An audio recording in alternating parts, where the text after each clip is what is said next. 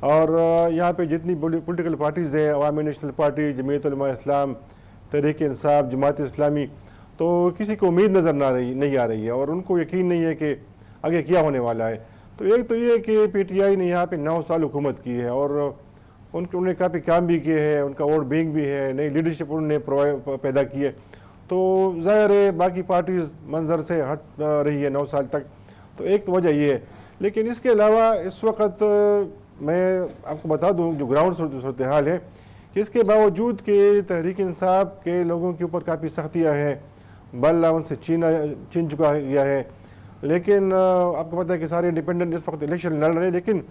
جتنی یہاں پہ پولیٹیکل پارٹیز ہیں، پیپل پارٹی، عوامی نیشنل پارٹی، جمعیت علماء اسلام، آپ کو یاد ہوگا کہ جب بھی یہاں پہ کوئی سیٹ خالی ہوتی تھی تحریک انصاف کے دور میں تو جمعیت علماء اسلام وہ سیٹ جیتی تھی، اور آج کل ان کی پوزیشن یہ ہے کہ وہ بار بار کہہ رہے ہیں کہ انتخابات ملتوی کی جائے، تو وہ تو سیکیورٹی ریزن بتا رہے ہیں، لیکن جو اندر کی صورتحال ہے وہ سارے خوفزدہ ہیں، اور خوفزدہ وہ دہشت گردوں سے نہیں ہے، خوفزدہ وہ تحریک انصاف کے لوگوں سے ہے، کیونکہ باقی جو پارٹیز ہیں وہ خود پیسہ لگا رہے ہیں، جو ان کے امیدوار ہیں وہ میدان میں اتارے، لیکن تحریک انصاف کے جتنے امیدوار ہیں وہ آرام سے بیٹھے ہوئے ہیں، وہ اتنا خرچہ بھی نہیں کر رہے، ان کے جو ورکرز ہیں، ایکٹیوسٹ ہیں، وہ ان کے لیے دوڑ لگا رہے ہیں، وہ کمپین چلا رہے ہیں، تو ایک وجہ یہ ہے۔ دوسری بات یہ ہے کہ ابھی تک کسی بھی بڑی پارٹی نے یہاں پہ بڑا جلسہ نہیں کیا، اور ایک تو وجہ یہ ہے کہ لوگ بہت مایوس ہیں سیاسی پارٹیوں سے، دوسری وجہ یہ ہے کہ بے روزگاری بہت ہے، مہنگائی بہت ہے، اور جمعیت علماء اسلام چونکہ بھی ریسنٹلی پی ڈی ایم کا حصہ رہی ہے تو لوگوں کو پتہ ہے کہ یہ حکومت میں رہی ہے، تو اس لیے جو ان کا ساکھ تھا وہ کافی خراب ہو چکا ہے، تو اس لیے کوئی بھی بڑی پارٹی کراؤڈ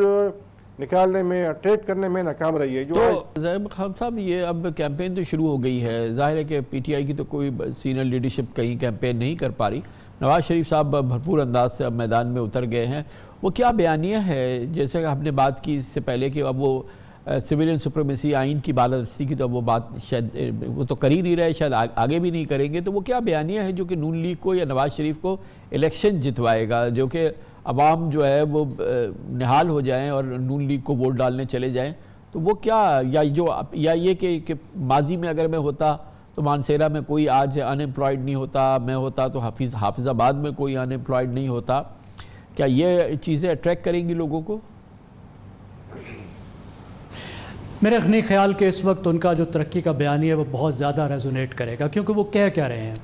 وہ کہہ رہے ہیں کہ آپ 2013 سے 2017 کا جو ٹائم ہے اس پہ نظر رکھو، 2018 کا بھی مت پوچھو، پھر ابھی جو 16 ماہ ہم نے حکومت کی ہے اس کا بھی مت پوچھو، لوگوں کا ایکسپیرینس تو ابھی کا ہے نا، اور جو وہ اپنی کامیابیاں بتا رہے ہیں اگر اس کا بھی ایک تنقیدی جائزہ لیں تو آپ دیکھیے کہ 2018 میں جو ان کی آخری سال تھا حکومت کا، اس میں پاکستان میں ایک بحران آ گیا تھا نا، $18 بلین کا آپ کا جو ہے وہ کرنٹ اکاؤنٹ ڈیفیسٹ ہو گیا تھا، 1800 ارب روپے کا فسکل ڈیفیسٹ ہو گیا تھا، وہی بحران ہی تو ابھی تک چل رہا ہے، جس کو پھر پی ٹی آئی بھی نہیں سنبھال سکی، انہوں نے بھی مزید خراب کیا، پھر جب پی ڈی ایم کی حکومت آئی انہوں نے تو بہت ہی ستیہ ناش کیا کیونکہ آئی ایم ایف کے ساتھ معاملات بگاڑے، تو اگر تھوڑا سا بھی تنقیدی انداز میں دیکھا جائے تو جو معاشی بیانیہ ہے ان کا اس میں بھی کوئی بہت زیادہ وزن نہیں ہے۔ اس وجہ سے ایک چیز جو آپ نے ذکر کیا صراحتاً اپنے پہلے جواب میں جاننا چاہ رہا ہوں کہ اب پی ٹی آئی کی جس پوزیشن میں ہے وہ ظاہر ہے کہ بہت شدید دباؤ میں ہے، جو جے یو آئی کی پوزیشن ہے، جے یو آئی ایف کی جس کی ابھی آپ نے تھوڑی سی ذکر کیا تھا، ان کے امکانات کہاں ہیں؟ ابھی مولانا فضل الرحمان نے افغانستان کا بھی دورہ کیا، افغان طالبان نے ان کی بڑی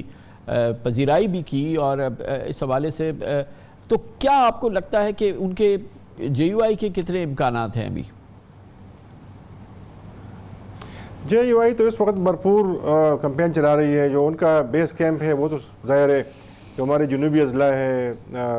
ٹانگ، بنو، ڈیس میل خان اور یہ کوہاٹ، لکی مروت، یہ ان کے یہاں سے ان کی جیت کے آ رہے ہیں پہلے سے،